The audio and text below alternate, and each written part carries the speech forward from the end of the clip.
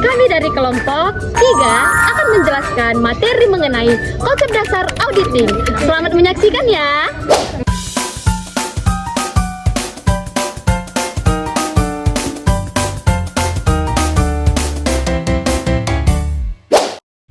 Tapi, perkenalan dulu yuk.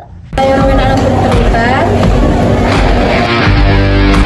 Halo, saya Jenny Tambolon. Ilazar Setiawan. Marani Fareza. Saya Sinta Silitongan. Saya Diva Nadia. Saya Marsyanda Stompul.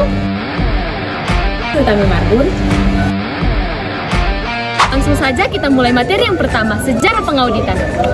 Sejarah pengauditan. Kata audit yang pertama kali muncul di pertengahan abad ke-19 berasal dari bahasa Latin audire, yang artinya mendengar. Orang yang mendengarkan audire, laporan keuangan yang dibaca oleh akuntan dengan tujuan untuk memeriksa laporan keuangan tersebut, disebut auditor. Awal mula audit di zaman kuno. Yang pertama, Mesopotamia. Simbol-simbol angka transaksi keuangan sebagai tanda awal pengawasan finansial. Yang kedua, Mesir purba. Pemeriksaan independen atas catatan penerimaan pajak. Yang ketiga, Yunani kuno. Pemeriksaan atas rekening pejabat publik untuk memastikan akuntabilitas. Yang keempat, Romawi. Perbandingan antara pengeluaran dan otoritas pembayaran. Yang kelima, bangsawan Inggris. Bangsawan menunjuk auditor untuk memeriksa catatan akuntansi dan laporan yang disiapkan oleh pelayan mereka. Yang terakhir, pengenalan ke Amerika Utara. Audit diperkenalkan pada abad ke-19 dari Inggris. Kan pause makan yuk, lanjut yuk. Materi yang kedua adalah perspektif pengauditan. Baik, di sini saya akan membahas perspektif pengauditan. Perspektif pengauditan adalah pendekatan atau sudut pandang yang diambil dalam proses audit untuk memastikan suatu organisasi, program, atau sistem sesuai dengan standar, kebijakan, dan peraturan yang berlaku. Ada beberapa perspektif utama dalam auditing. Yang pertama, perspektif keuangan. Yang kedua, perspektif kepatuhan. Yang ketiga, perspektif operasional. Yang keempat, perspektif teknologi informasi. Dan yang terakhir, perspektif etika dan tata kelola. Materi yang ketiga, perbedaan antara akuntansi dan auditing. Perbedaan dari akuntansi dan auditing. Akuntansi berfokus pada mencatat, mengklasifikasikan, dan menganalisis transaksi keuangan perusahaan.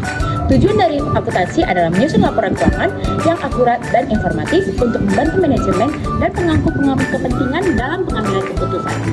Aktivitas utama pada akuntansi yaitu pencatatan transaksi, penyusunan laporan keuangan, dan pengelolaan buku besar.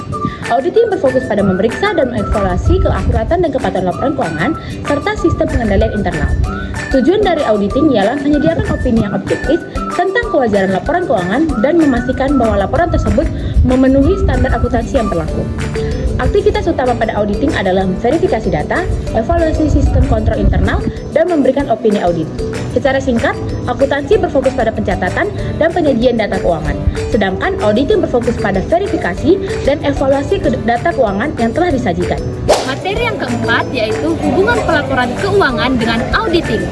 Selanjutnya adalah hubungan pelaporan keuangan dengan auditing.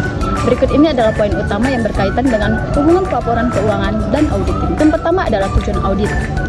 Audit melibatkan pemeriksaan keindependen atas catatan keuangan perusahaan untuk melibatkan bahwa laporan tersebut disajikan secara wajar sesuai dengan standar akuntansi.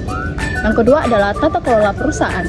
Mekanisme tata kelola perusahaan termasuk keberadaan komisaris independen dan komite audit. Sangat penting untuk menjaga integritas laporan keuangan. Mekanisme ini membantu memastikan bahwa laporan keuangan disusun sesuai dengan standar akuntansi dan persyaratan peraturan sehingga meningkatkan keandalannya. Yang ketiga, dampak pelaporan keuangan. Audit yang berkualitas tinggi dapat meningkatkan kredibilitas laporan keuangan yang pada gilirannya akan mempengaruhi proses pengambilan keputusan para pemangku kepentingan seperti investor dan kreditor. Yang keempat, kualitas standar. Kualitas standar audit secara langsung terkait dengan kualitas pelaporan keuangan. Penelitian telah menunjukkan bahwa terdapat korelasi positif antara kualitas standar audit dan kemajuan pasar modal. Hal ini menunjukkan bahwa praktik audit yang kuat berkontribusi pada pelaporan keuangan yang lebih baik dan sangat penting bagi pertumbuhan pasar. Yang kelima, kemampuan sumber daya manusia. Kemampuan sumber daya manusia yang terlibat dalam proses audit juga mempengaruhi kualitas pelaporan keuangan.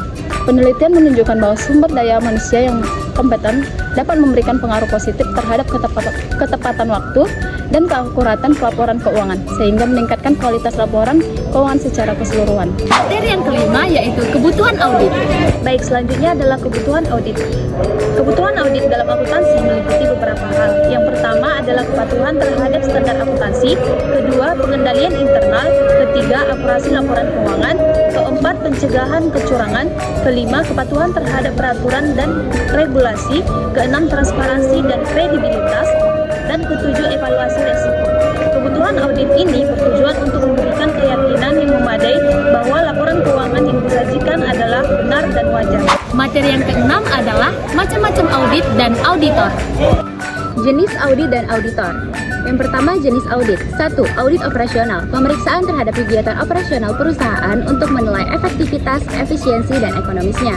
Tahapan audit ini meliputi survei pendahuluan, penelaahan sistem pengendalian, pengujian terinci, dan pelaporan. Yang kedua yaitu audit ketaatan. Pemeriksaan ini untuk memastikan kepatuhan perusahaan terhadap peraturan dan kebijakan internal maupun eksternal. Audit ini melaporkan hanya kepada pihak internal.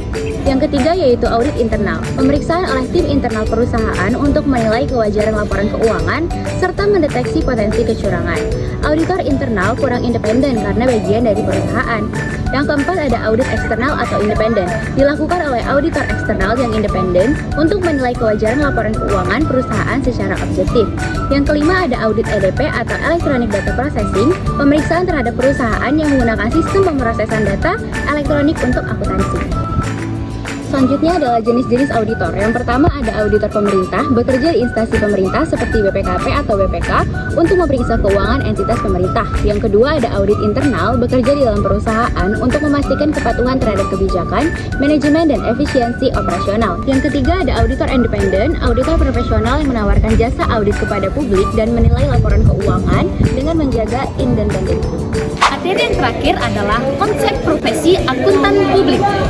Akuntan publik adalah profesi yang memberikan jasa akuntansi profesional kepada individu atau bisnis secara independen.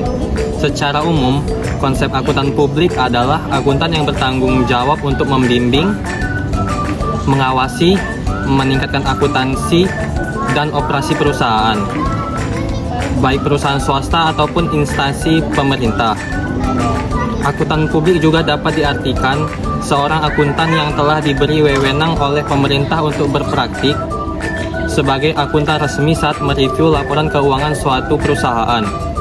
Berkembangnya profesi akuntan publik sejalan dengan berkembangnya perusahaan di suatu negara. Informasi keuangan sangat penting untuk suatu perusahaan. Oleh karena itu diperlukan auditor independen yang kita kenal dengan akuntan publik.